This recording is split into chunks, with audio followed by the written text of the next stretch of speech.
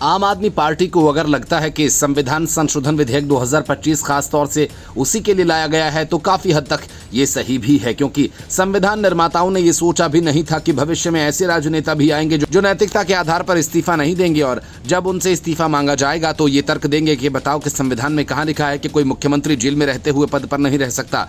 केजरीवाल और उनकी पार्टी का तर्क वाजिब है, संविधान में ऐसा कहीं नहीं लिखा। इसी का फायदा उठाकर केजरीवाल तिहाड़ जेल में बतौर सीएम बंद रहे और बाहर उनकी पार्टी का यह दावा रहा कि केजरीवाल जेल से ही सरकार चला रहे हैं, जबकि ऐसा था नहीं। लेकिन मोदी सरकार ने ऐसे विधेयक संसद में पेश कर दिया जिसके बाद पारित होने से पीएम हो या सीएम, अगर किसी आपराधिक मामले में 30 दिन तक हिरासत में गया तो उसकी कुर्सी छिन जाएगी, क्योंकि जेल से सरकार चलाने का इरादा कुछ वैसा ही है जैसे जेल में बैठा कोई गैंगस्टर अपना गिरोह चलाता हो। लेकिन गिरोह चलाने और सरकार चलाने में फर्क है। हाल ही के वर्षों में केजरीवाल और उनके कुछ मंत्रियों ने जेल से सरकार चलाने की कोशिश की, जो नैतिकता है। बिल में ये प्रावधान है कि अगर कोई राजनेता 30 दिन के भीतर जमानत न ले पाया तो 31वें दिन उसे स्वतः पद से हटा दिया जाएगा। हालांकि जमानत मिलने के बाद वो अपने पद पर वापस आ सकता है। अमित शाह ने जोर देकर कहा कि अब देश की जनता को ये तय करना होगा क्या जेल में रहकर किसी मुख्यमंत्री प्रधानमंत्री द्वारा सरकार चलाना उचित है। उन्होंने इस बिल को राजनीतिक नैतिकता को मजबूत करने वाला कदम बताया और कहा कि ये जनता की भावनाओं का सम्मान करता है।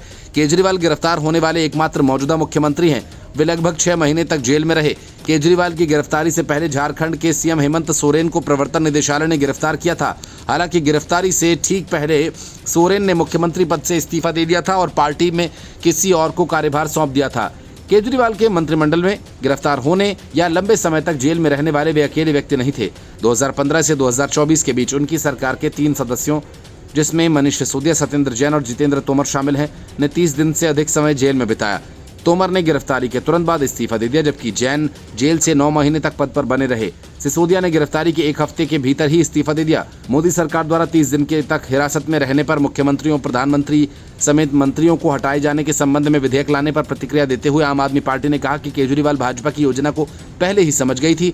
केजरीवाल जी को शुरू से ही पता था कि ये केंद्र की योजना है, विपक्षी मुख्यमंत्रियों और मंत्रियों को गिरफ्तार करके सरकारों को निष्क्रिय करना। और सौरभ भारद्वाज ने कहा कि ये बार बार साबित हो चुका है कि अरविंद केजरीवाल जी उनकी गंदी चालों को समझते हैं। अब केंद्र विपक्षी सरकारों को गिराने की अपनी साजिश को अंजाम देने के लिए कानून लाएगी और पहले वे मुख्यमंत्रियों के खिलाफ झूठे मामले दर्ज करेंगे और फिर उन्हें ब्लैकमेल करेंगे। अगर वे नहीं झुकेंगे तो फिर जेल में डाल देंगे। केजरीवाल की गिरफ्तारी के समय आम आदमी पार्टी ने कहा था कि कोई भी नियम यह अनिवार्य नहीं करता कि जेल जाने पर कोई मंत्री या मुख्यमंत्री इस्तीफा दे।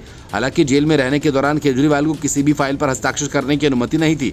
आखिरकार केजरीवाल ने इस्तीफा दे दिया, लेकिन ये तब हुआ जब उन्हें गिरफ्तारी के लगभग 6 महीने बाद सुप्रीम कोर्ट से जमानत पर रिहा किया गया, कुछ शर्तों के साथ जो मुख्यमंत्री के रूप में कामकाज पर प्रतिबंध लगाती थी। उस समय के अन्य गैर भाजपा मुख्यमंत्रियों को चेतावनी देते हुए केजरीवाल ने कहा कि उन्हें उनके उदाहरण से सीख लेनी चाहिए। अगर आपके खिलाफ फर्जी मामला दर्ज करके आपको जेल में डाल दें तो इस्तीफा ना दें, जेल से सरकार चलाएं, इस्तीफा ना दें।